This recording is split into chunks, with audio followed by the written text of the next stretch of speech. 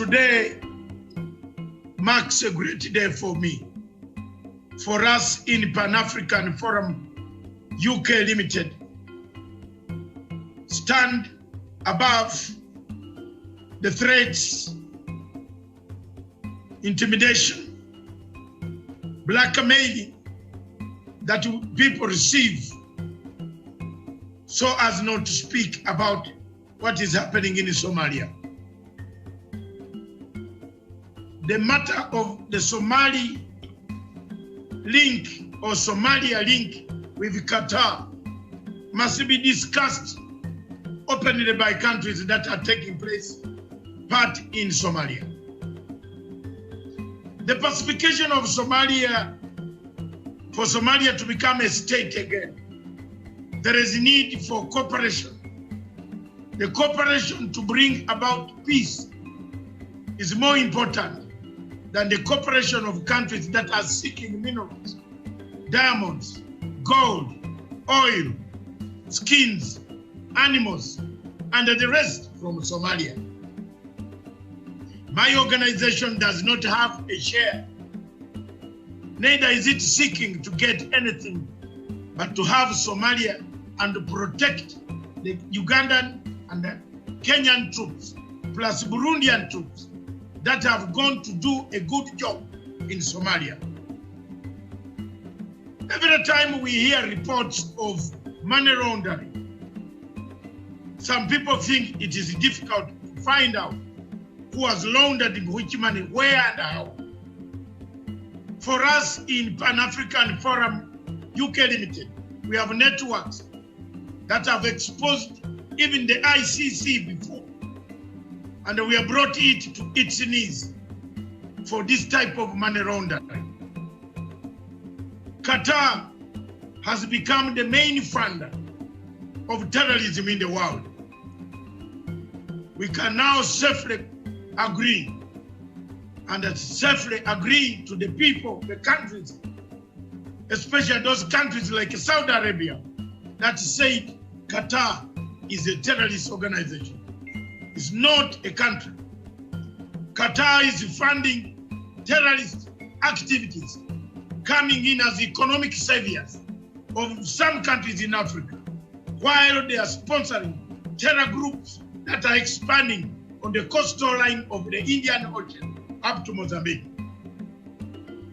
It is therefore my duty as an African and us as Africans to point out these mistakes, such that the people can take these mistakes, correct them, and point out to Qatar to stop.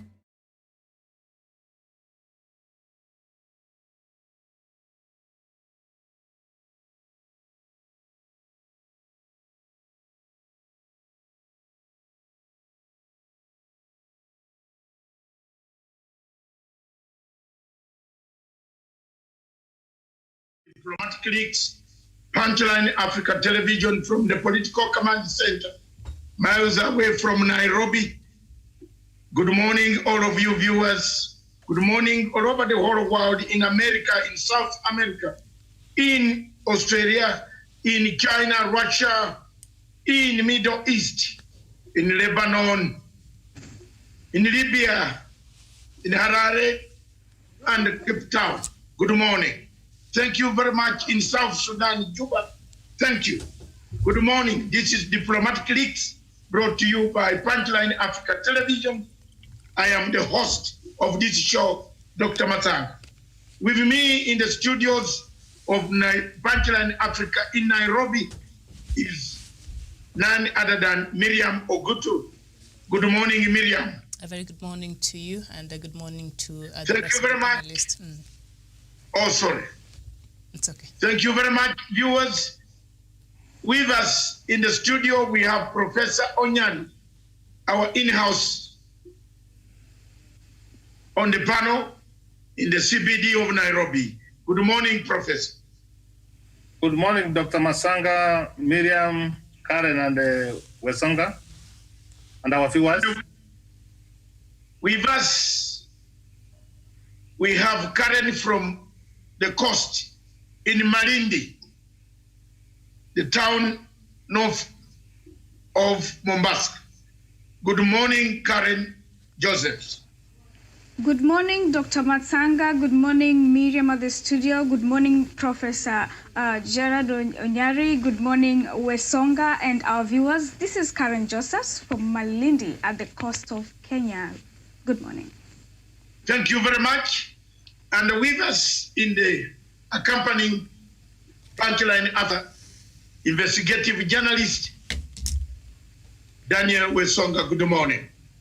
A very good morning, Dr. Matsanga David, Professor Jared Onyari, Miriam Ogutu, Karen Joseph in Malindi, and our viewers across the globe. Thank you very much, Wesonga. The topic today from the Political Command Center is very clear. You don't wait for me, you come in. When you see a point made, just put up your hand, I will switch on to you. When you see something you want to put in, you want to inject in the debate, let's have the debate. This morning, we are going to look at Somalia. What's your view on these planes?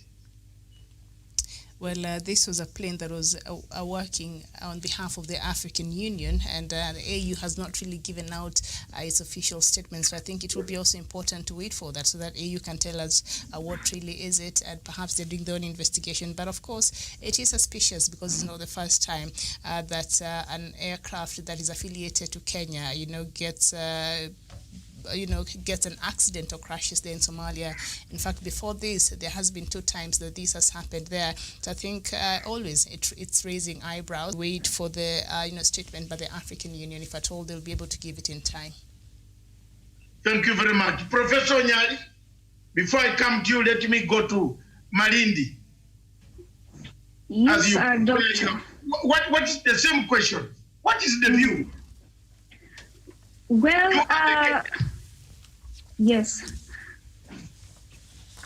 I think we were waiting for answers from the AU, but we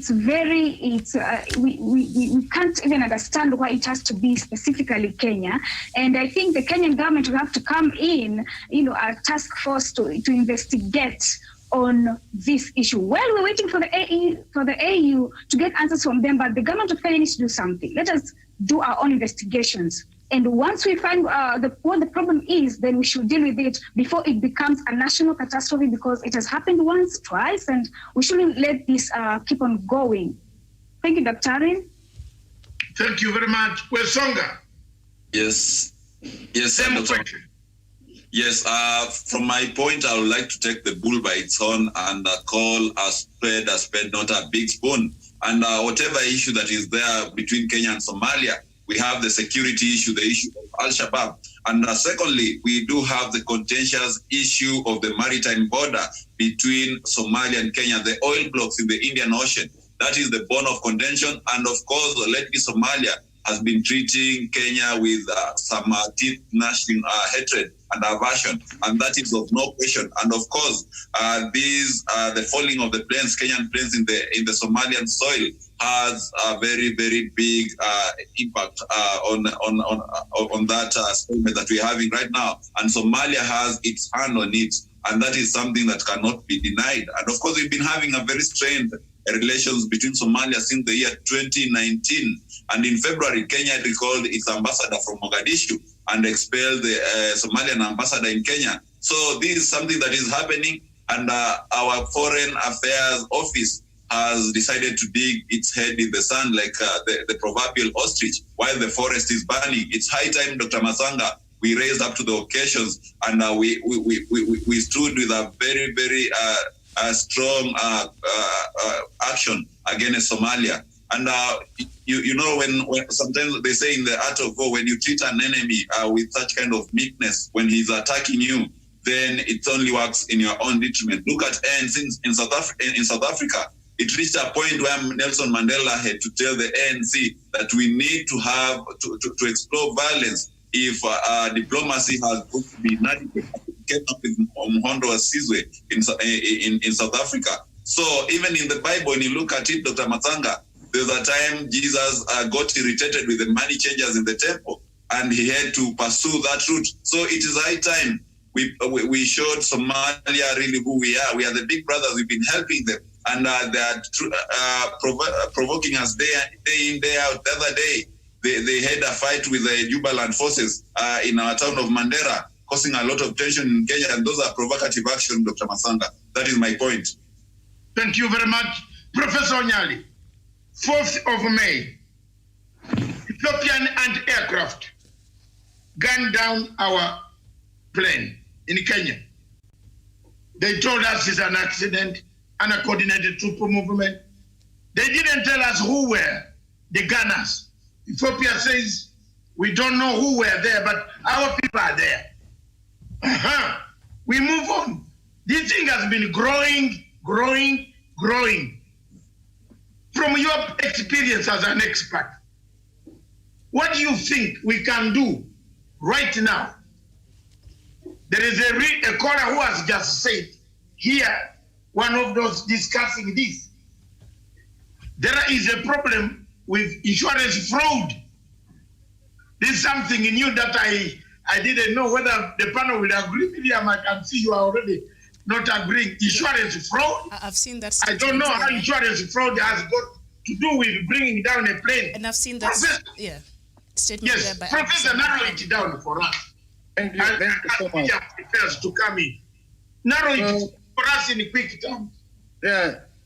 Psalms 133 says how precious is it for brothers to live in harmony and to have good relations with your neighbor. It goes without saying that our relationship with Somalia is not good, even in the region is not good, because our soldiers there and the petty skirmishes which goes beyond up to colonial times. What can be the causes of for aircraft crash? It can be a pilot error, mechanical defect, weather problems, or air traffic control error. Like the case of Ethiopia, they admitted reliability, that they brought the plane down, and the reason being of uncoordinated communication. There was not communication there for that. But what has been the cause of other crashes? Yes, Ethiopia has admitted, but we have not been told that these are the people who are responsible. So what I need to say that Kenya, we should be very careful. Our neighbors are hostile. They are not happy because we have brought stability in you are trying to build Somalia. Terrorism can be at play, and even an insurance, as what the call has brought in, cannot be ruled out. There are some people who want to bring the brand down so that the insurance can pay. So that's what I have to say. But I also want to concur with Miriam and Karen that only an investigation can reveal this for the African Union. And the way Karen has also put it, Kenya should not also rely on the one for African Union. They should also have theirs parallel so that we get the kind of information. But as even the way Daniel has put it, our neighbors are hostile. So when you have got an hostile neighbor, should anything happen, even if it's not the one, the finger will point at him. However, I pray that Somalia should see the role Kenya has played, even using our taxpayers' money to ensure that they have got stability in their country and respect us. Thank you. Miriam, coming back to you. And you have heard the comments from all people. Surely, it happens once, you can keep quiet. Twice, you think there's something wrong. But 3, 4 times, there must be something which is not adding up. Questions. Is it our problem? Is it the Minister of Foreign Affairs which has not streamlined the relationship? If so, how do you want Kenya to streamline the relationship such that these occurrences don't happen again? Where are the reports of the first crash on the 4th of May, where Ethiopian troops gunned down a plane using a zoo and aircraft machinery. Where are those reports? Why is it that we are keeping quiet and the thing is growing bigger and bigger and bigger? Who is benefiting from this, Miriam? Yeah, very pertinent questions there. But first of all, I'd like to, differ with Wesonga a little bit there earlier when he said, perhaps it's about time Kenya stamps its feet as the big brother in the region. I think aggravating an already bad situation will be counterproductive, because remember, we need, the cooperation with Somalia even to defeat Al-Shabaab. Of course, there has been some issues surrounding that. There are officials in Somalia that are working in cahoots with Al-Shabaab, but that have worked to defeat the efforts by even the rest of the countries that are in there to help Somalia. But I think when these countries, the two countries, it is important for them to coordinate, for them to keep working together, for them to perhaps try looking for a new relationship for the sake of the rest of this region, because we cannot wish away Somalia. It is a player in this region. It is a country, a sovereign country in this region, and so it may be the problem with it, and the things that it's doing that is not right should be addressed by the AU or should be pointed out. But we cannot just wish off Somalia like that and try stamping our feet as the big brother. Somalia is an independent sovereign country. So even with that, we have to work with diplomacy, and I think that is what Kenya has been trying to do. And Doctor, you've mentioned there the Ministry of Foreign Affairs. Are they failing in terms of diplomacy? Perhaps it is time that Kenya relooked, the strategy and how it is engaging with Somalia. We know we're already having a bit of a problem with the maritime dispute that is now at the International Court of Justice, and Kenya has always, looked for a way for an out-of-court settlement. And Somalia has insisted it will go the ICJ way. I pray for a day that will come that we are actually able to find a solution to this. And so we are still waiting to see how that case will go up there when it resumes. So, but I think the Ministry of Foreign Affairs in Kenya should perhaps, devise other ways and strategies to engage the government of Somalia there. So now this place, Doctor, that you mentioned, they keep the question that Abdi Samad here, have come here to say that perhaps Kenya is looking for what? Is it insurance? Come on, Abdi Samad, you know better than that. Ethiopia itself came out and admitted that its forces, were responsible for that accident, for that crash that happened in May. So this is not Kenya's making. This is not anybody trying to be funny. And so it has admitted, and an investigation is still ongoing. And Doctor has said, where are the findings? What happens? I guess when it comes to plane crashes, it takes a while for the investigations and for the report to come out. So we're still waiting for that, and we're just hoping that it will not be there's some of the issues that we've been bringing here, and the questions that we asked even with the last time we were having this discussion is, how can Ethiopia, let's look at Kenya and Uganda, how can Kenyan army say bring down an aircraft inside Uganda, say an aircraft from Rwanda inside Ugandan territory? So we've been questioning, was Somalia government aware of the Ethiopia's activities in the country? Was Somalia government working with Ethiopia to do this? And now the blame will be laid in Ethiopia. So these are questions that we must continue to interrogate. But I would advise that the Ministry of Foreign Affairs and the government of Kenya perhaps changed strategy and began engaging Somalia with an effort to find peace. And I know that will be challenging if Somalia in its part is not willing to give the same, but we cannot say now Kenya has to go and stamp its feet. I don't think that will be the solution right now. The situation is already not very good. Okay, Kenya not to stamp its feet and authority. Wesonga, I saw you putting up a hand. Yes. Is it? Yes, I have pressed the button for you. Is it a Cold War? Is it a Cold War? There is a Cold War. Why are you not hitting? Miriam has said quite a number of things.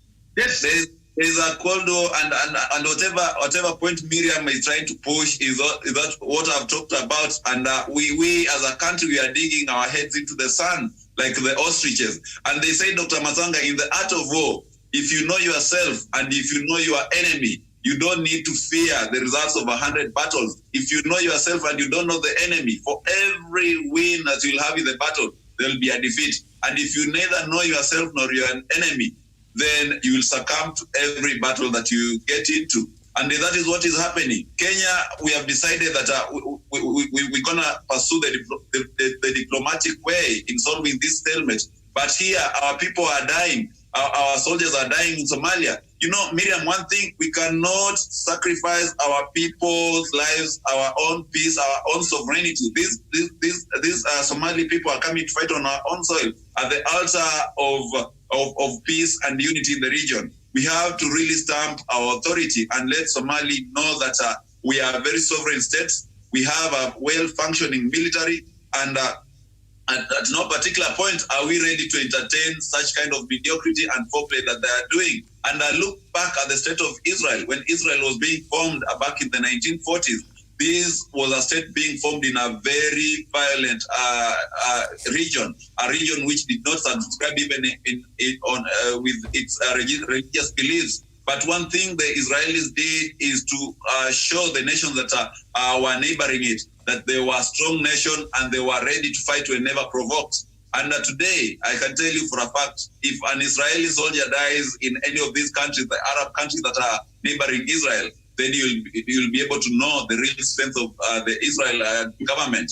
And it happens world over. Look at the American flag, the eagle of the American flag. It has arrows and it has an olive branch, telling you that in situations where you approach them with peace, they will give you back peace through the olive branch. But if you come with force and if you come with the violence, then they'll show you the full force of violence. So what has happened now is that Somalia has provoked us, not the first time, not the second time.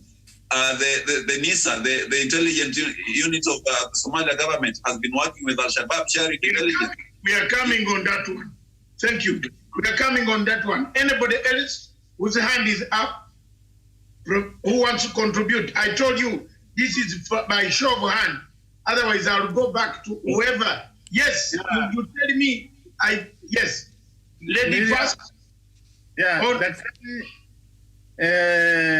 I want to go the persuasion of Miriam. If you happen to treat Somalia the way Daniel wants, Somalia is no country. It's not even a country. Whom are you going to fight? The terrorists? You know, in Kenya, we are the ones who have trained the police and the security people for Somalia. It is for the interest of Kenya that there is a stability in Somalia. If we go that way, we will be entering into the trap of the terrorists, because some of the Somalia government is composed of the terrorists. So it is one of the strategies they are looking to knock Kenya out. So I agree. Let us engage them. Let us try to understand their understanding. Is there something that we are trying to do wrong? If it is the marine pounder maritime pounder that we are having a problem, it is already before the court. Let the court decide. That is the civil way we do things. But I want to agree with Dr. Masanga. There is something cooking. And if we overreact, we will be the losers. Because how come Ethiopia goes to Somaliland and brings our plane down? You should be able to ask a question, is there a conspiracy that there is something which is being done by these other countries against Kenya? So we must be very cautious on how we are trading this. Otherwise, we may enter to their trap. Yes, thank you very much. Karen, do you have something to add? Yeah, yes, I do. Yes. Yes, I do. And I agree totally with what Professor just said, because we should tread carefully. You know, at times you could be thinking of A could be your enemy, and it's not the case. Could be C and D just came together to fight you. So we should tread carefully. And for now, let us not be very fast to point fingers until this whole thing, we're done with the investigation to know who it is you are fighting with. That is what I think. Thank you very much. Fighting with Wesonga, the three agree on the issue that we must also check ourselves. Miriam says the problem could be us. We are not checking things. There could be enemies who are beyond even Somalia. I think I do concur with them that Ethiopia has been having a war, a cold war with us, with Kenya. and it does not want to tell us. Very well. I have told you that when you go to international relations, look at what is happening. Ethiopia, the former prime minister just woke up in the morning and said, bye-bye, I've gone. Then came in this guy, an NGO syndrome guy, a prime minister who only knows NGOs. He doesn't know human nature. He knows chakula ya wazungu inaingia kwa tumbo. Give me the money, I will plan my people. That's how NGOs operate. Give me the money, I will plan my people. Not give me the money, I will use it on my people. So the Prime Minister of Ethiopia came in, a Nobel Prize winner, laureate winner, well-organized person, hailed by the world, immediately rushed to shake hands with a man who has been sponsoring the same terrorists in Somalia. We have been accusing Eritrea for a long time that Eritrea harbors some. Where do these terrorists get new uniforms? Where do they get new uniforms?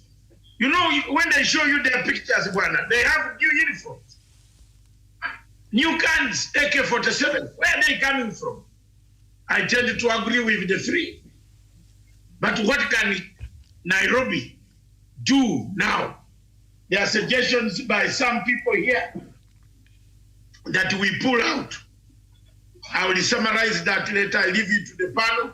Some people are saying, I see two things better in Kenya. ICJ and the business. Those are things that don't bother Kenya because ICJ will not take off. That ICJ case will not take off. It has so many difficulties. It has got an injury already. One of the people pushing the ICJ case was Prime Minister Harry. He's injured unless he becomes the president. He's injured totally. In fact, I know Mohammed Abdi Shugri and Mohammed Abdi Salam know very well that there are investigations going on in Europe, wherever you are, on that same prime minister. And anytime he steps around those places, somebody will pull him aside. That's not a problem. But Miriam and the panel and the rest of you, are we doing it right? Is the Minister of Foreign Affairs doing it right? Is there antagonism? Have we found out this third element, the third axis of evil that derails our planes every day? Who is this? Yes. Dr. Masanta, if I could just give a rejoinder. I remember in my opening remarks, I said, if you know your enemy, then you do not have to fear the results of 100 battles. And that is what we need to do. We need to know who we are fighting first. And also, I do agree with the previous remarks made on this television that our foreign ministry has failed this country in terms of our foreign policy. You saw the other day, much vote with us at the UN Security Council. Tanzania did not vote. Very few, only a handful of our neighbors stood with us. So for our foreign policy, I think we have failed as a people and as a country. That office has failed us terribly. And another thing, I tend to still stick to my earlier to my earlier sentiments that there is no dignity in being meek as a country, as a sovereign state. There is no dignity in that.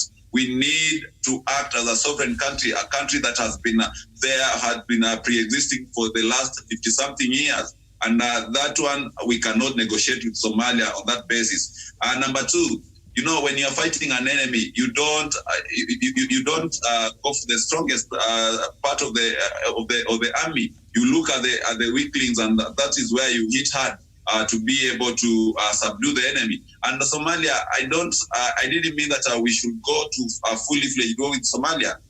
What we know is that these leaders, President Farmajo, most of his government officials, these people are the same individuals who reside here in Kenya. When you come to the flashy residences in Kenya, why can't we now use that and be able to coerce them Why can't we be able to ban them from transacting business here back in Kenya, so that we just make the preconditions for them to act right? So that those are some of the paths that we can be able to chart in order to be able to bring them back to book into when it comes to that. So that was my point. And thank you very much. Before Miriam comes in, anybody who would like to join us on Zoom, you just tell us, and we shall send you the PIN number, and you join us. If you want to join us in any of our programs, and while we are here, call us right down here. We shall send you the Zoom number on exactly on top here. Then you can join us and you make your contribution. It is now open. We are here. This technology that we started 4 years ago, and we are able to manage it. We shall send you the PIN number, the entry, and you enter the discussion. Otherwise, Miriam, Wesonga seemed to be saying the first point was, his point was very clear. We must be firm with these guys. Mm-hmm. But as the ministry, from your assessment, has the ministry done well? How far the foreign affairs convinced Kenyans that these incidents are not going to be happening?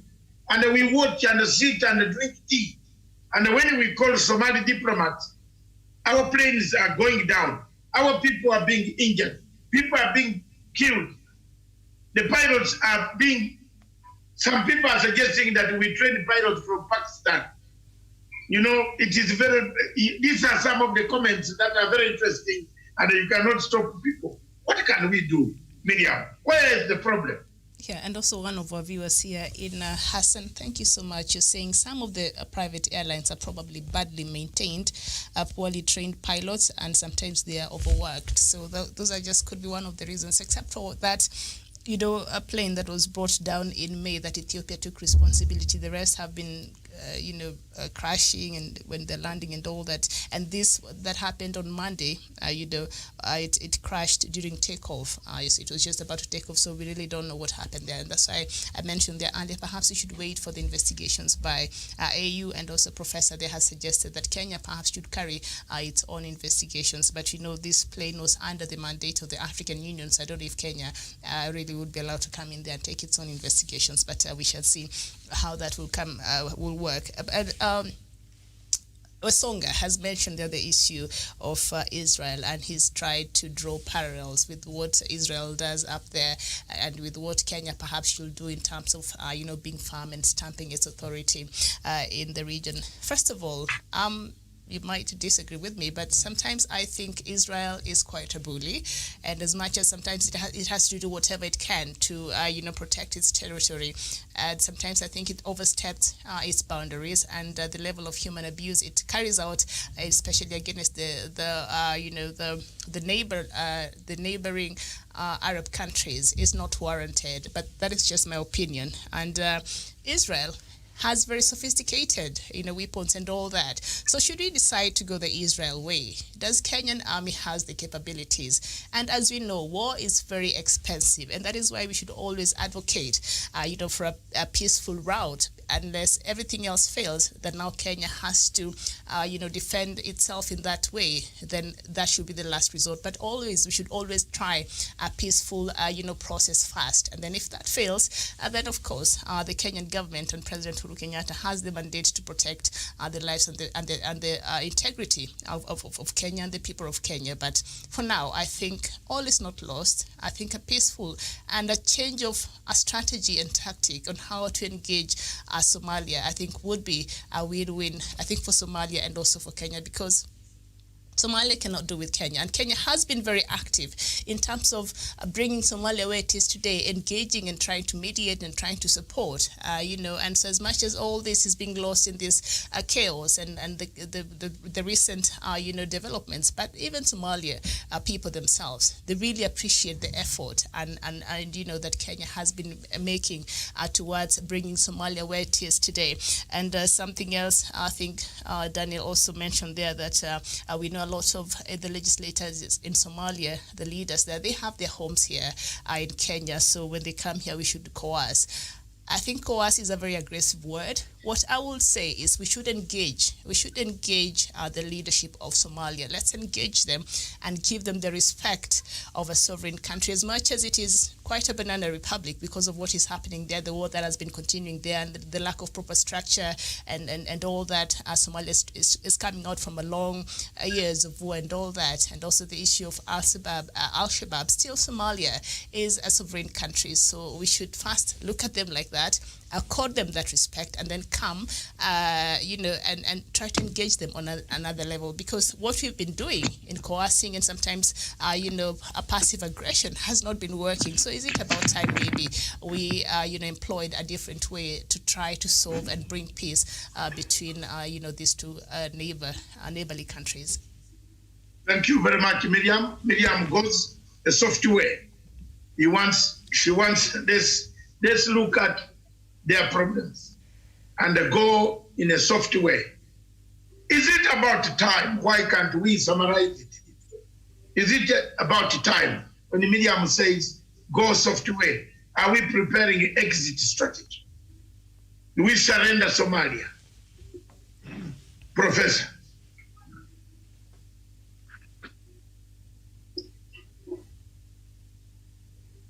If you can switch on for us. The journey we have walked with Somalia from 1991 up to now is a long journey. In fact, we have invested more on a stable Somalia than anybody else. So should we think otherwise on even now changing the strategy, we will be the loser. The question we should ask our Ministry for Foreign Affairs, have they done good? Yes. Have they done good enough? Perhaps no. If they have not done that, then what needs to be done? If you think peaceful means is expensive, then try war. There are some of the Somalis where they know their home is Kenya. Dr. Masanga will tell you that the people, and that's why I don't know, you see the passion with Dr. Masanga. He tells you the people of Southern Sudan, they know Kenya as their home. The people of Uganda, they know Kenya as their home. Somalia, they know Kenya as their home, even some Ethiopians, even people from DRC, people from Rwanda. So a stable Kenya is as stable for everyone else. So what we need to do is to know who is using Somalia, which is a tattered country. Why are they doing that one to Kenya? Is there something that we can do and change? And let me tell you why even our neighbors were saying they did not vote for us. There is something, Dr. Wesanga, that we need to know. Kenya, sometimes we are too ambitious, that we want everything for the region and everybody will hate you. Immediately, Mwenja was the vice chairman for African Union. When he was stepping out, we wanted to take over as the chair. So it is also high time that as a region, as brothers, we say that we have served Uganda, you can serve. But Kenya, we seem to be very ambitious. And with this, you will be hated. I've given you answers why our neighbors are very comfortable not siding with us and they can go and side with somebody else. We should perhaps look ourselves. So, let me conclude. So, Dr. Wesonga, I am persuading you. Should we change otherwise on how we handle Somalia? We will lose. We have invested too much in Somalia. We have invested in peace with Somalia. Let me tell you for one. Someone whom you have taken care of, even some of these presidents, they have come from here.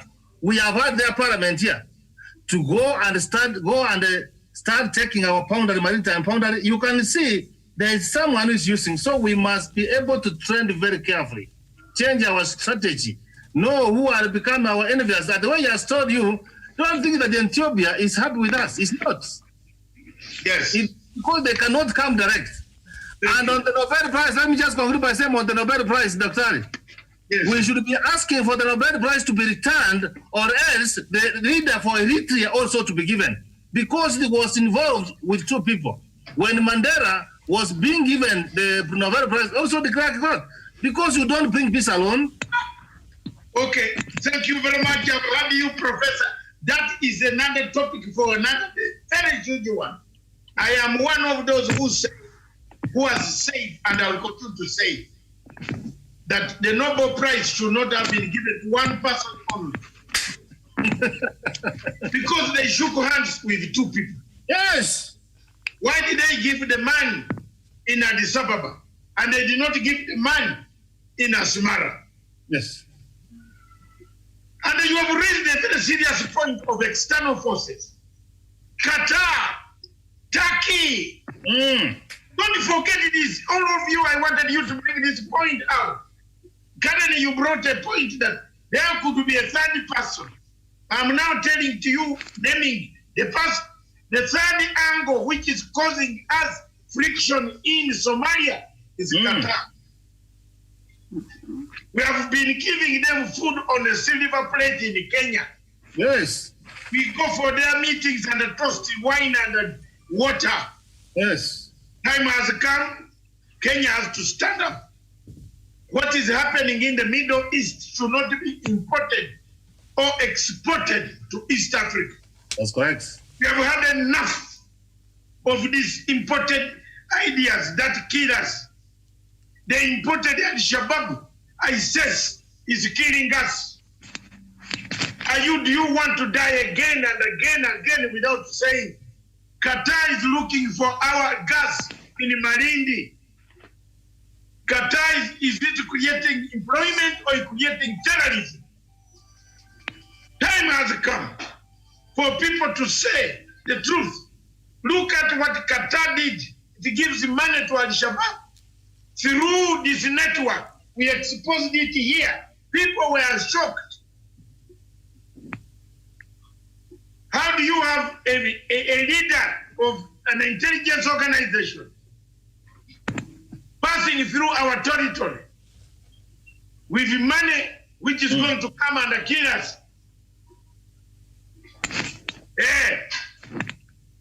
Those are serious questions. Yes.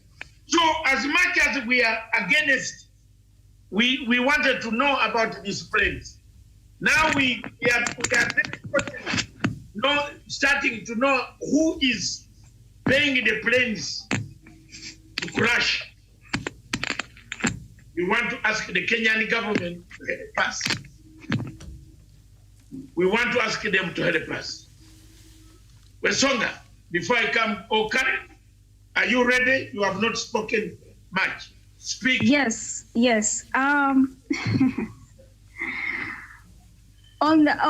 only way the foreign affairs can put confidence in us is by giving us the reports of the previous incidences. That is one of the ways to be telling us, okay, something is going on. That is what we want to hear from the foreign affairs. Let them tell us what was the cause of the other incidences, and then we'll know that something is happening somewhere. And I'm also for the peaceful process. I'm for the peaceful process. And as for those Somalis who are in our country, we cannot ban them from doing businesses here because we have not found them guilty yet. Until we prove them guilty, then we can take serious measures against them. But for now, let us work on where are we not doing right as Kenyans. Let us bury the hatchets, the peaceful way. The peaceful way. And I also agree we cannot have it the other way. We cannot be these other developed countries because they're developed in every aspect. Even when it comes to the military aspect, they're so good. So we should tread carefully. Let us go the peaceful way. But at the same time, we want to gain confidence in the foreign affair ministry. Let them give us some reports. Let us hear what they have done so far. Thank you very much. Let's hear what they can deliver. What have they? Because all these reports, investigations are conducted. But does the public receive these reports? Does the public know what happened to the other first plane? We understand the plane discovered a black box and so on. It's difficult to get to piece things, but keep us informed. That's all what Karen is saying. I give 1 minute each, Wesonga, starting from you and ending up back in the studio. That Yes, way, yes. and 1 minute each to put your parting shot, so that we can read some of the things, some of the good things that they have said. Yes, Dr. Matsanga. And one question I would like to pass to Miriam and Professor Jared Onyari is that let them tell me whether Ugandan forces are not in Somalia or not, and why only after we had this maritime border issue did we only start seeing the Kenyan planes going down in Somalia? Why didn't it happen before? Even if you are talking about some of these planes are not well maintained, but before it never used to happen as that. So that raised an alarm. And they say in my community that lightning does not strike a tree twice. We had the first incident, we had the second one. We need to ask question what happened to these planes. So that is an issue for another day. Secondly, great nations are well known for protecting the lives and the sovereignty of their people. You remember, it has been written over again that Gaddafi's assassination killing was linked to the Lockerbie bombings, which happened in the 1980s,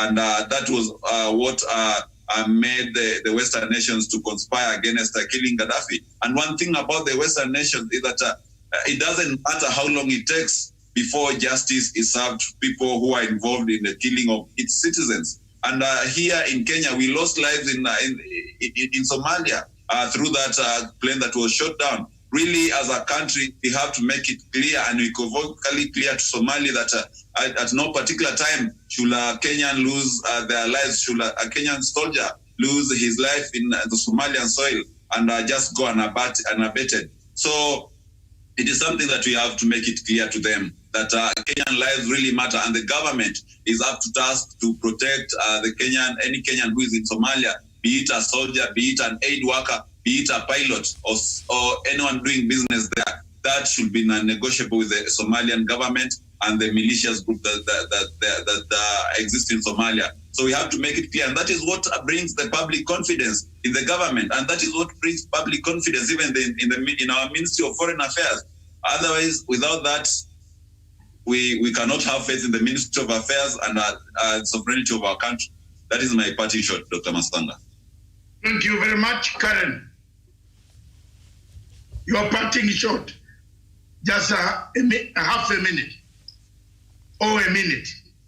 Thank you. To be fair to you. Put on Unmute. Unmute. Unmute. Yes. We should not take it easy, just the way Wesonga said, but we should also use the right way of putting it across, that we don't joke around with the lives of the people from Kenya. Although we should, but we should also put it in a way to them that we don't take it easy with the lives of Kenyans, yes, but we should use the right strategy. That is all I have to say. Yes, use the right strategy, Mr. Wesonga. But make them understand. Make them understand that the lives of our people do matter. We don't joke with them. We don't. Okay, that is it. Very interesting. Back to Professor Wesonga, if I was not a chaplain, I could have wanted to swear. But I don't want to swear. But you can hear I've sworn. It is not Somalia fighting Kenya. Yes. There are some forces from outside. You have had Turkey, you have had Qatar.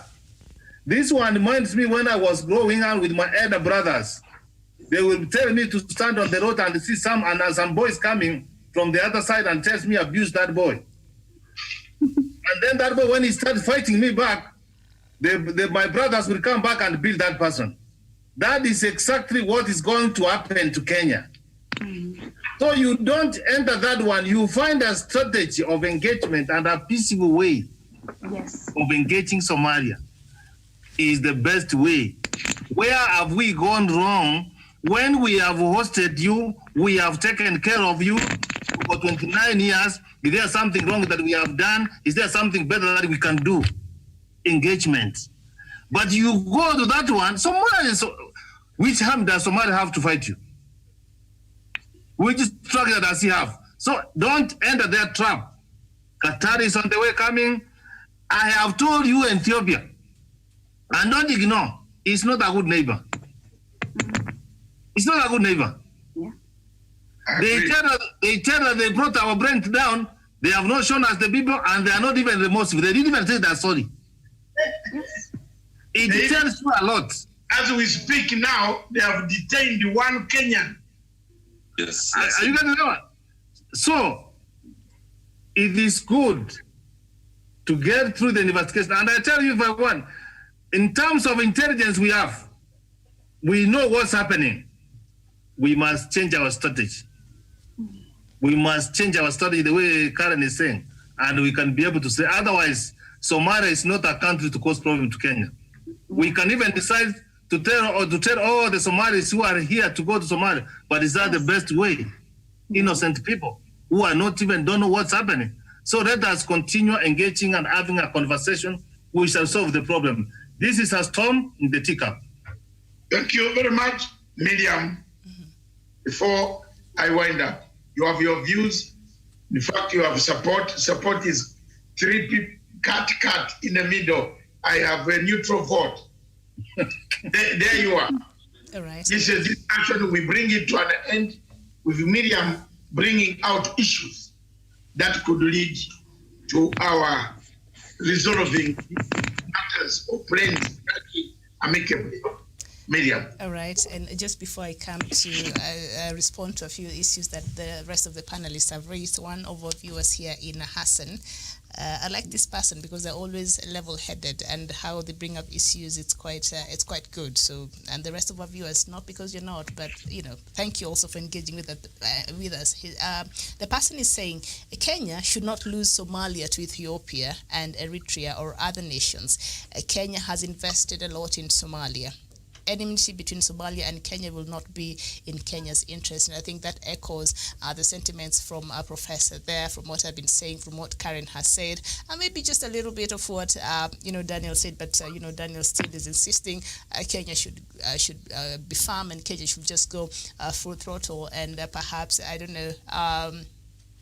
With Somalia, and that might not be in the best interest of the country. So something else also a professor brought up, Kenya, we are considered to be over-ambitious, and that is true. When you look at Tanzanians and you look at Ugandans, our immediate neighbors there, that has been one of the things that perhaps have slowed down even the realization of a stronger East African community, because they say if we allow our borders to be free, if we allow trade in this manner that East African community is supposed to be enjoying, that Kenyans are very ambitious and they might take advantage of all these things and they might win at our expense. So that has seen Tanzania being very slow in accepting and being very active in terms of how the East African community is supposed to be functioning. So that is true, actually, that point, that Kenyans, we're very ambitious, and we've seen the way we've been going out there and bagging in these international slots there. And so that could make,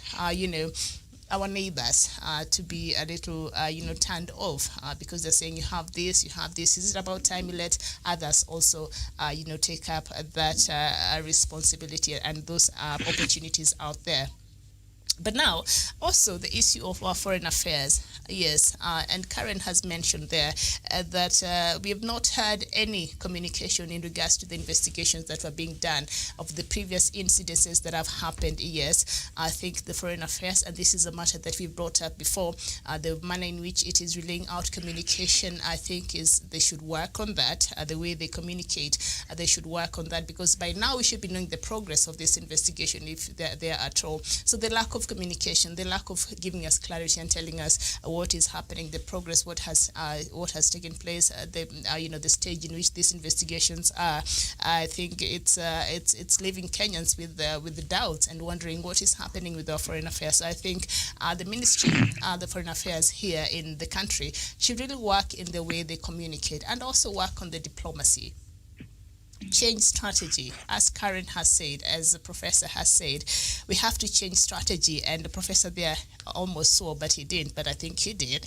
He says it is not Somalia fighting Kenya, and this is something we've heard here. These are proxy wars that we find ourselves in the middle, and Somalia is just used as a bait, so we should be smart enough, and perhaps that is why Kenya goes slow, because Kenya has not been very aggressive in Somalia, because it understands, it has the intelligence, and it understands the politics behind what we are seeing right now. So we should encourage, the way to diplomacy and a peaceful resolution of the problems that we're having in Somalia. And I think it will be in our interest, really, at this point, to engage Somalia with an open mind and an open heart, and with an aim of finding peace and fostering a better relationship with Somalia, because at the end of the day, that is our neighbor. Somalia is not going anywhere. Kenya is not going anywhere. We are stuck together. So can we find a way to just coexisting in peace? That will be for the interest of both countries. Thank you. Thank you very much, all of you. Thank you very much for the good discussion we have had. The points that have been summarized, raised by Miriam. I just want to add the 4 points. 1, Kenya is not over-ambitious. Kenya is industrious. But they perceive us, and perception is very powerful. That's right. No, but the fact has to be told to them. You are industrious. You are envied. Because when you go to South Africa, they kill Kenyans and they leave Ugandans. Why? They kill Kenyans. You saw when blacks turned on blacks, Kenyans were killed. About 4 or 5 of them died. Ugandans were told, smile. You are industrious. You are hardworking people. You have welcoming hearts. You bring everybody on board. These other countries are conservative. Hey, Jermaine, give a credit where you belong.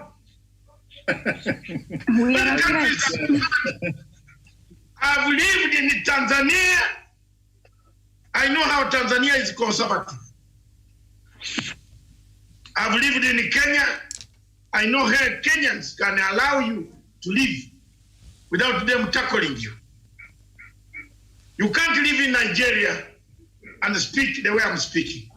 You can't live in South Africa and speak the way I'm speaking.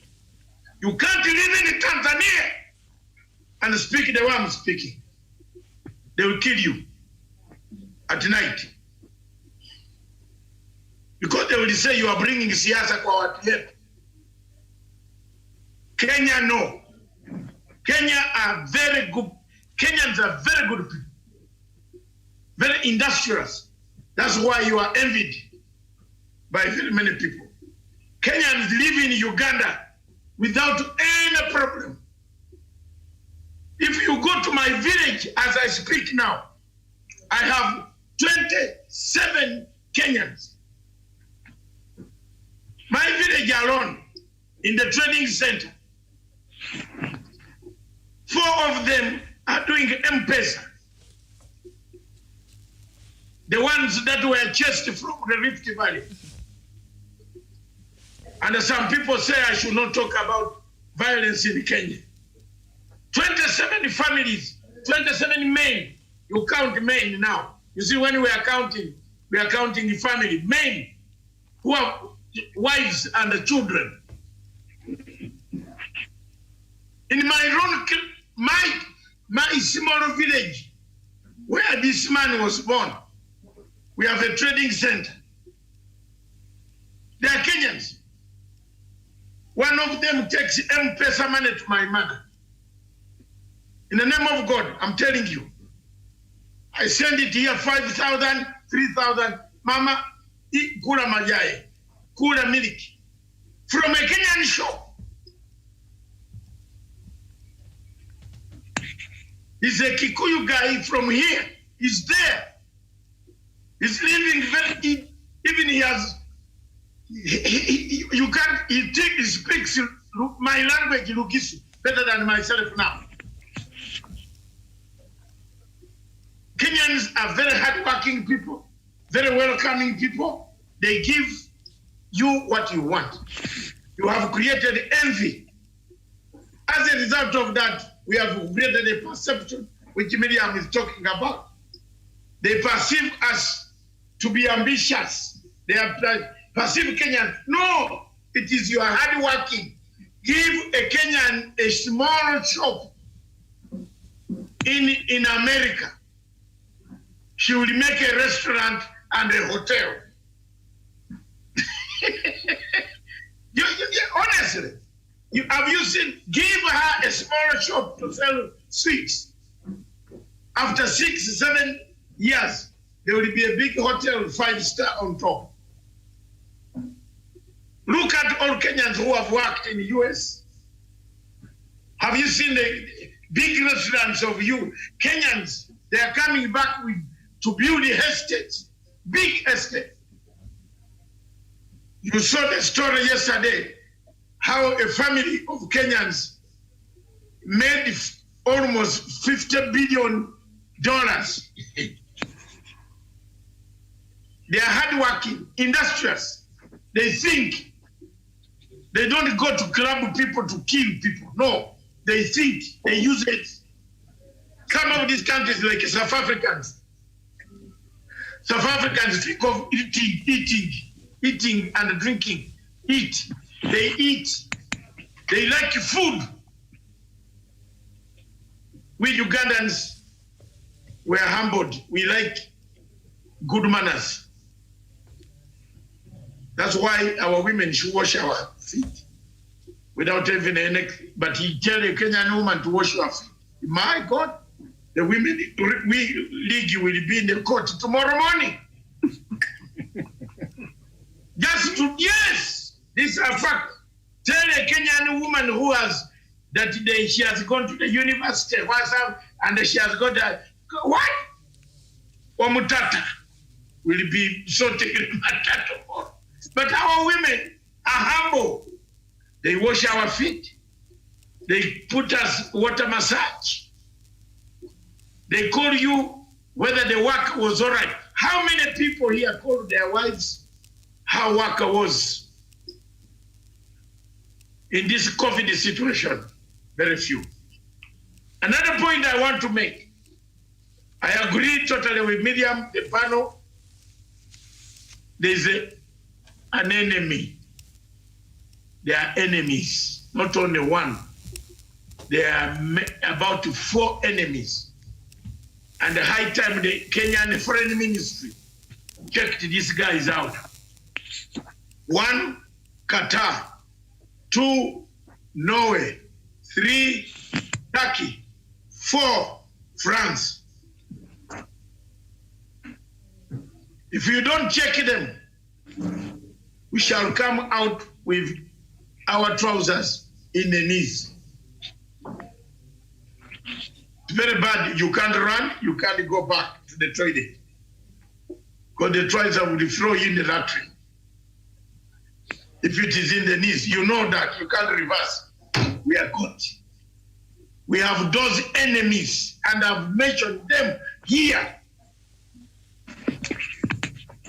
And the 5th enemy is Eritrea. The Axis enemy is Ethiopia. For Kenya. The Kenyan Foreign Ministry must check on those credentials of those countries. What is their interest in Somalia? The 3rd point I want to make. To stop war, to pacify Somalia, let's use the head, the heart, and the stomach. Why are these people hating us? Are we eating enough food? Too much food? I have talked about the woman who takes a lot of food while the husband is even looking at the plate. Or a husband who takes all the food while the wife is watching. You know, kwa nchi iko na husbands like that. Anaingia kwa kitchen and anagonga the whole sufuria. And The children come and say, Daddy, where was the food? It is finished. And you know, there are some daddies who do that. It's finished. Ngoje mama wenye apige gine. I swear, this world is full of, I've seen a lot of drama. And don't say I have not told you. There are husbands who operate that way, and there are wives who operate that way.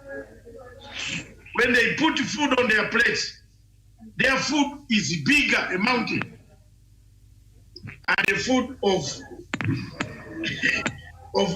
other people, if you look at it, you say, will this woman finish this food? Let's not have that habit. Lastly, I want to tell you people that when people are determined to finding a fault, they can choose you. They can choose a snail for overspeeding. Have you got my proverb? Yes. When the people are determined to finding a fault, they cannot choose you, or they cannot choose the snail for overspeeding. That one I don't need to interpret. I think everybody here agrees. Have you ever seen a snail overspeeding? No. So, Kenya is being accused. Yet Kenya is not doing the things that they are being accused of. We went to Somalia to pacify Somalia. We have done our best, checked on terrorism, but we are being destroyed by our own. The government in Mogadishu does not like us at all. For Kenya to win the Somalia war, the government in Mogadishu must change. Goodbye. Thank you very much, all of you. Thank you again. We have eaten 32 minutes into the next show. I will keep this show as big as possible. I think instead of, I don't know if production team can say something, I can start now so that the people go, make their comment and we finish. Instead of coming back here. Yes. The explosion yesterday in Lebanon puts us at why it happened.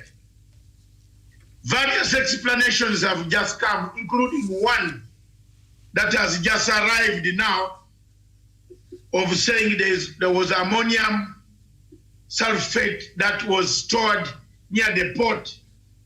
But who triggered the fire on the ammonium sulfate for that explosion to take place? Who triggered the fire? How did the fire catch such a huge container to cause such a huge damage in Lebanon? Is Hezbollah turning the heat on Lebanon? The assassination of the father of the current president, Hariri. You remember Hezbollah killed Hariri. He's one of the men in the Middle East I mourn. There are very few people that I mourn in this world, and I've told you who they are. One of them is Indira Gandhi, Benazir Bhutto, Hariri, Robert Mugabe, Milton Obote, Nyerere, Jomo Kenyatta, Haile Selassie, Gabriel Nasser, Patrice Lumumba, Sekou Touré, Amilcar Cabral, Samora Machel. Those are the people I mourn.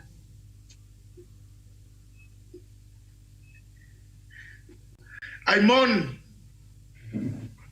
the assassination of Prime Minister Yazik,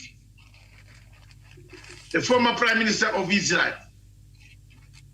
assassinated by a Jewish lunatic or assassin.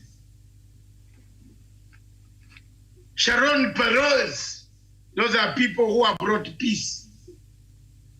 Assad. These are men who are under siege.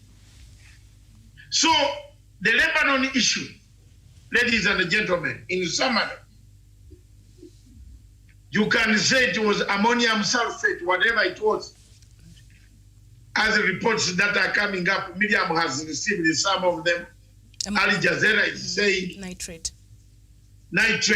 Used to ammonium nitrate that exploded. But who is Al Jazeera? Is Qatar. Can Qatar say Iran was responsible? Can Qatar say Iran was responsible? No. Can Iran say Hezbollah was responsible? No. Qatar, Iran, Hezbollah are against Hariri and the government in Lebanon. So I want you to be, who owns Al Jazeera?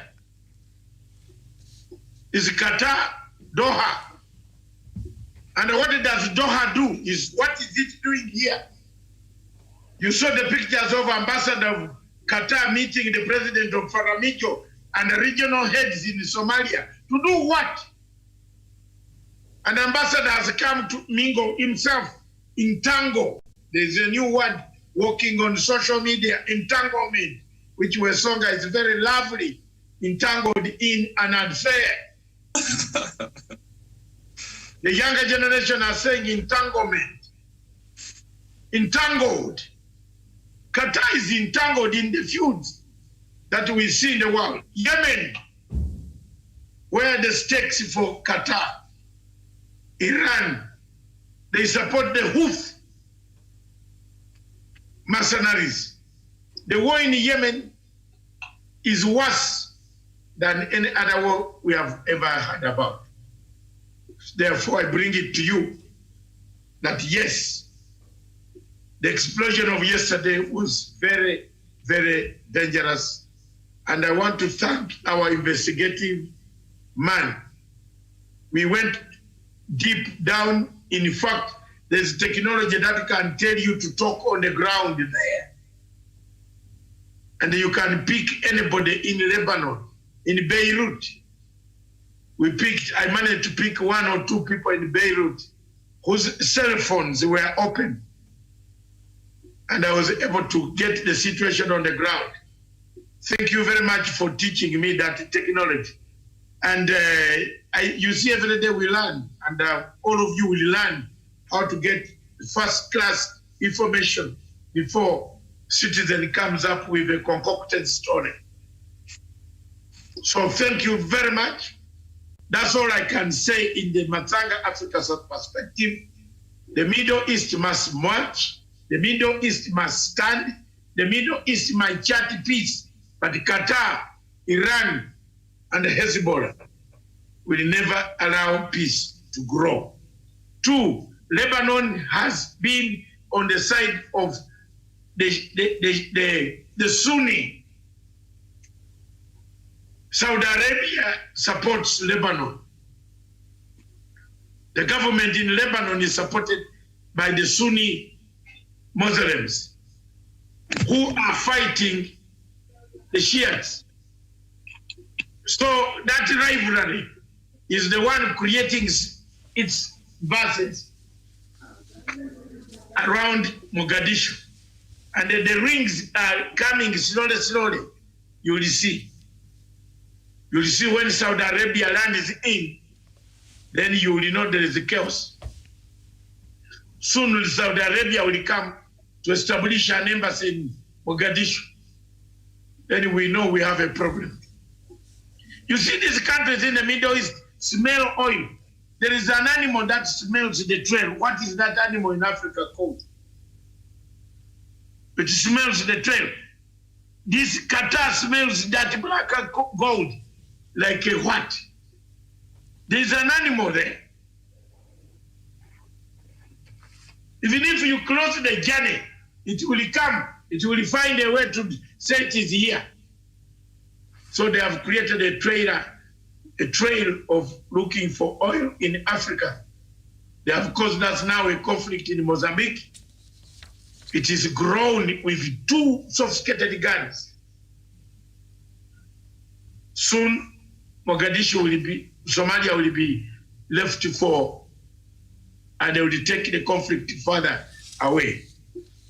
Let's have a quick comment, one minute, and the Miriam can bring us, or Songa, you had information. Let's begin with you. Miriam will close down. Yes, thank you, Dr. Matsang. And of course, the situation, whatever happened in Beirut yesterday opens a can of worms in whatever has been happening behind the scenes. And this also comes to play after a few days after those ones who were accused of killing the late Hariri were brought to justice. So it has an interlink to what happened yesterday. We have to ask very pertinent questions. Who triggered this kind of an accident? Because it's not just seen as such kind of accidents that do not just happen out of the blues. But I believe now when investigations are carried out intensively, we will be able to know whatever transpired yesterday that led to that massive explosion that claimed a lot of lives and injured so many people back in Lebanon. And of course, from Punchline Africa TV, I would just like to pass my sincere condolences to the lives, to families of those who lost their lives and those ones who are injured in hospital. And of course, the situation there is quite overwhelming. The hospitals, as per yesterday, were very much overwhelmed that some of the patients had to be treated in the parking lots. So it's a really, really a sad situation there in Lebanon. Yes, thank you, Karen. A quick one and final. Yes, according to the sources, the nitrate, ammonium nitrate, had been in that warehouse for 6 years, and that is an explosive material. It was there for 6 years, and they know that it's an explosive material. Now they say, apart from it being in the warehouse, some fire happened, was started, and it led to that. So, do you believe the fire happened? I don't know. I don't know where to say I believe it or not, but I'm in between there, because before a fire begins, somebody begins the fire, you know? It just doesn't blow up. Somebody triggers it. Stayed, Karen, to help you, it just stayed for 6 years without the fire. 6 years. Yes. Yeah. No, yeah, 6 years in that warehouse. 6 years. 6 years in that warehouse. So they say a fire began, but you know, before a fire blows out, somebody triggers it. Now, whatever happens, my condolences to those who lost their lives, but they should investigate and come up with a report. However, it has happened at a very bad time where we have tension in the country, because they're already in the midst of economic meltdown. They have unemployment issues, and the poverty rate right now is very high, at around 50%. So whatever happened yesterday has happened at a very bad time. There's a bad timing, whatever it is. But we're hoping that with time they'll come up with a report, and those sorry for what happened, you know. Thank you very much. Prof, fire 6 years. Yes. No fire has happened, but after the case was brought, isn't it, of the killing of Hariri, the father of the current Hariri, isn't it? Yes. Some fire comes from heaven and falls in the warehouse. Do you believe in the theory? Yeah, let us look at the background which can trigger that fire. Let us look at the economy of Lebanon. How is this? It is a corrupt economy. It was not working. Even the recent fermenting of the dollar, of their currency against the dollar, the poverty levels are soaring. There is a high unemployment rate of the young people. The UN Tribunal verdict of 2005 of the murder of the premier of Rafik Hariri is coming out. The four of the Shiite Muslims movement are being charged in the Netherlands in absentia. The tensions are high between the neighboring Somalia, Israel, and Israel many times has thwarted the efforts of Hezbollah. Having this kind of background, it is possible, and I have no doubt in my mind, that the investigations will reveal that it was not a natural accident. It was an accident which has been investigated, and as you are laying the background, there is already tension, the tension and the politics of the Middle East. And we can see now the Hezbollah, they are coming up. So their hand cannot be ruled out. And equally, I also join Karen and Daniel to pass my condolences to the families who have lost their loved ones, those who are injured in the hospital. And my prayer always is, may peace prevail on earth. Thank you. Thank you very much. Can I say something? Yes, say it, Karen. Professor is very correct. There's so much tension because on Friday, the United Nations backed up panel is expected to issue a verdict on the 2005 assassination of former Prime Minister Rafiki Hariri. So with all of that, I back up Professor. Yes. The problem is, like I said before, with the tension and everything, it has all happened at a very bad time because the poverty level, we're talking about 50% here. 50% is just a huge percentage rate. So much is happening already. Exactly. You can imagine. I want to tell you, have you ever done any business with the Lebanese? You might end up in a coffin when you have not died. Yes, thank you. I'm only giving you some scary statements which are very correct. So thank you very much, Miriam. What is your view? There you are. The summary you gave us, the opening, now come to a close. Yes. Is it Hezbollah? Is it triggered? The fire was set? Is it the poverty? But the poverty can push someone to do the fire. They can be used. People who are poor can easily be used. Is it to preempt, to give the world something else? Now, before Miriam comes in, because I might miss a point, I'm a gorilla rebel leader. That's how you do it. I used to be. And let me tell you, you preempt.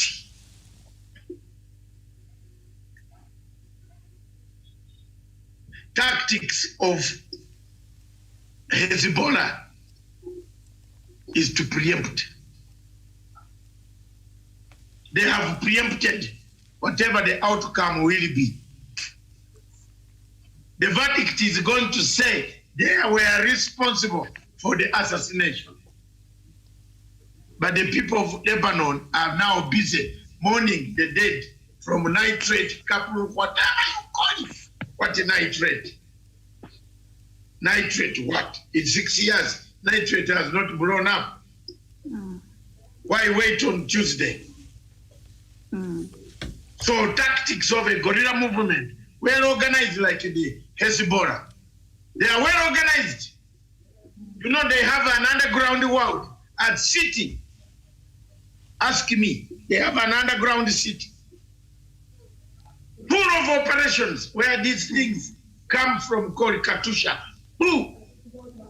They put Katusha. Well, that's why the Israelis they have looked for this. They can't find it. You are just seated here under your house. There is a city with Katushas. So they use one of the pipes to release. You see it going, say, this thing came from my house. So the guerrilla movement like Hezbollah have done the tactics. This was not fire set on the factory. No, I will not believe.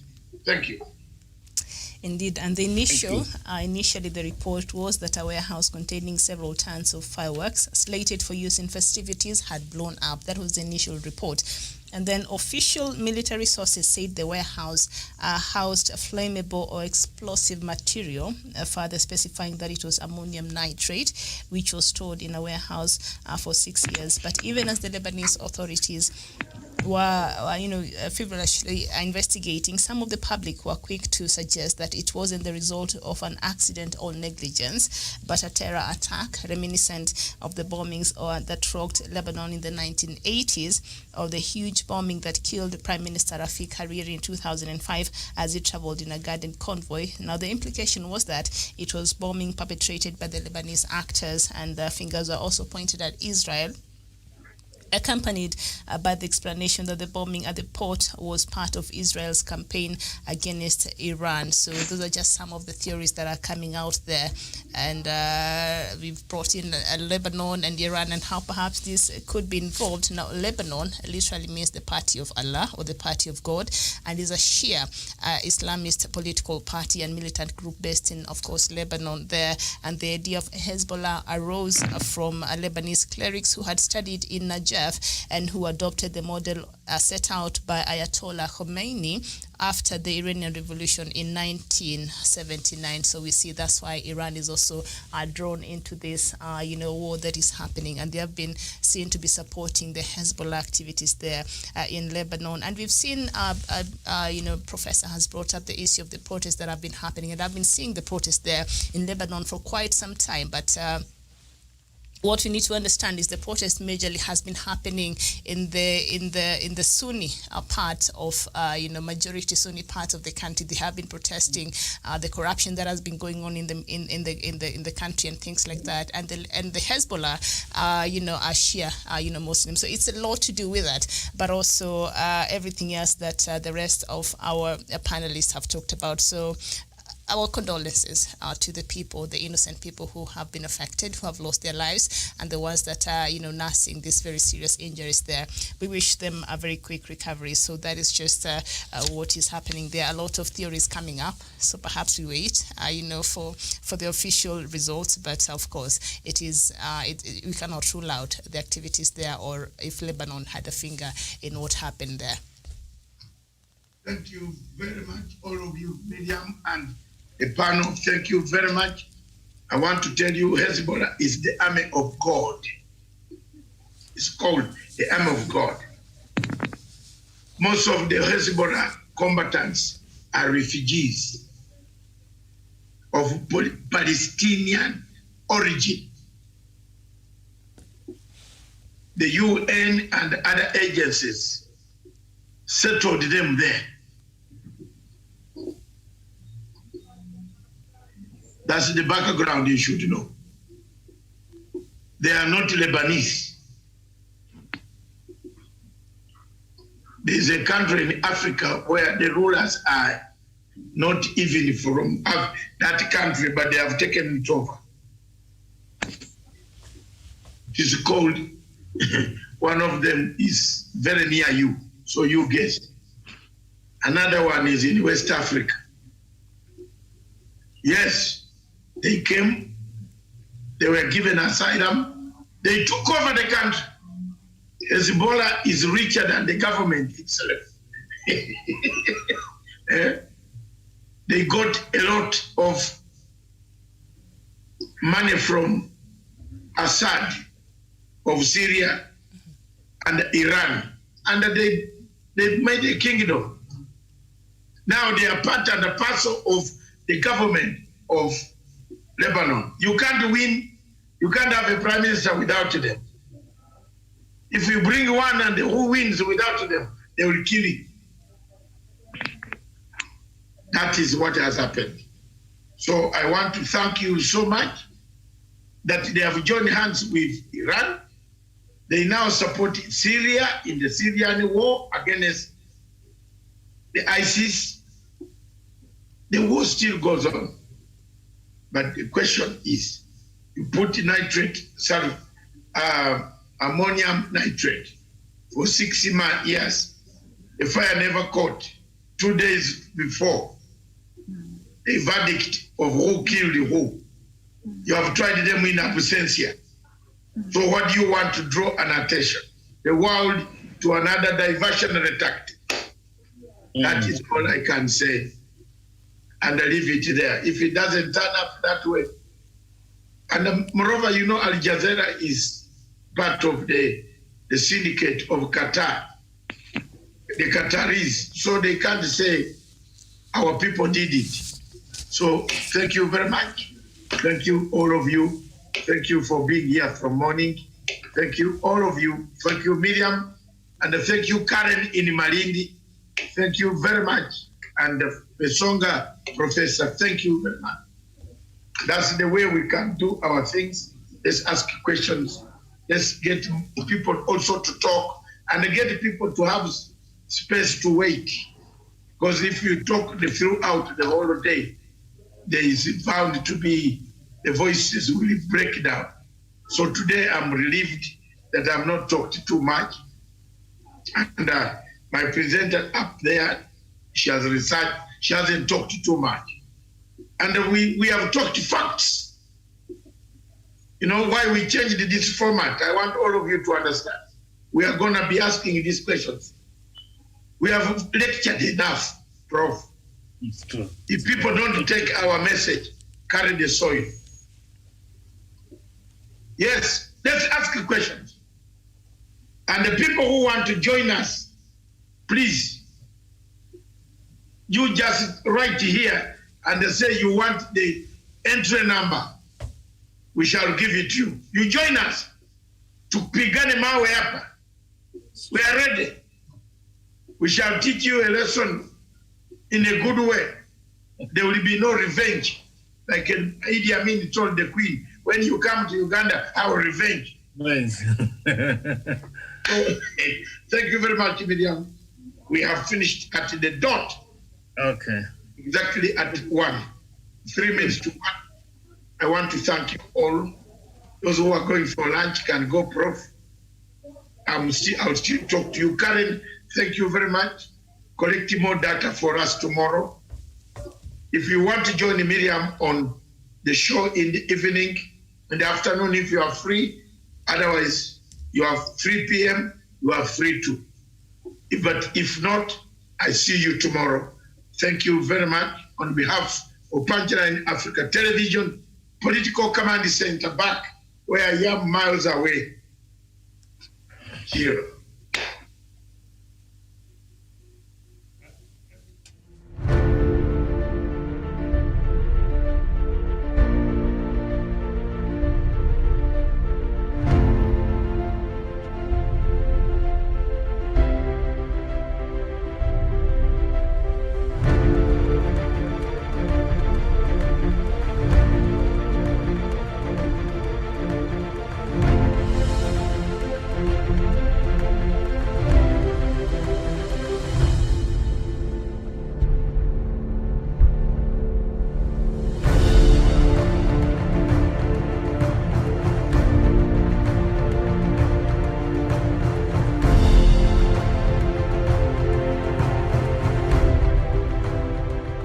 Peace must be our goal and our guide. And all that we strive for as a human family, dignity and hope, progress and prosperity, depends on peace. But peace depends on us.